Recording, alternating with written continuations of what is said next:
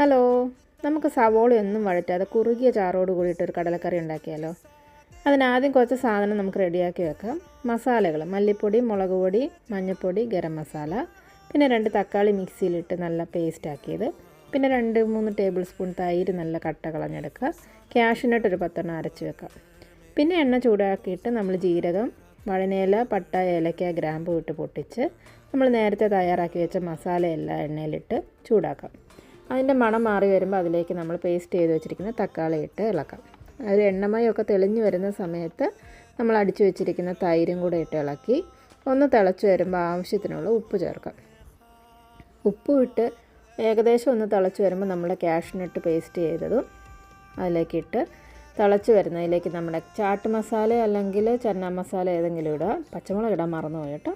അതിലേക്ക് പിന്നെ നമ്മുടെ കസ്തൂരി മേത്തിയും കൂടെ ഇട്ട് ഇളക്കി വേവിച്ച് വെച്ചിരിക്കുന്ന കടലയും കൂടെ ഇട്ട് നല്ലവണ്ണം തിളപ്പിച്ചെടുക്കാം. അടച്ചു വെച്ച് തിളപ്പിക്കുകയാണെങ്കിൽ പെട്ടെന്ന് മസാല എല്ലാം കടലയിലേക്ക് പിടിക്കും. കുറച്ച് കഴിഞ്ഞ് മല്ലിയിലയും കൂടെ ഇട്ട് എണ്ണ തെളിയുന്നോടം വരെ ഒന്ന് തിളപ്പിച്ചെടുത്താൽ നല്ല അടിപൊളി കറി റെഡി. അപ്പോൾ ശരി, ബൈ.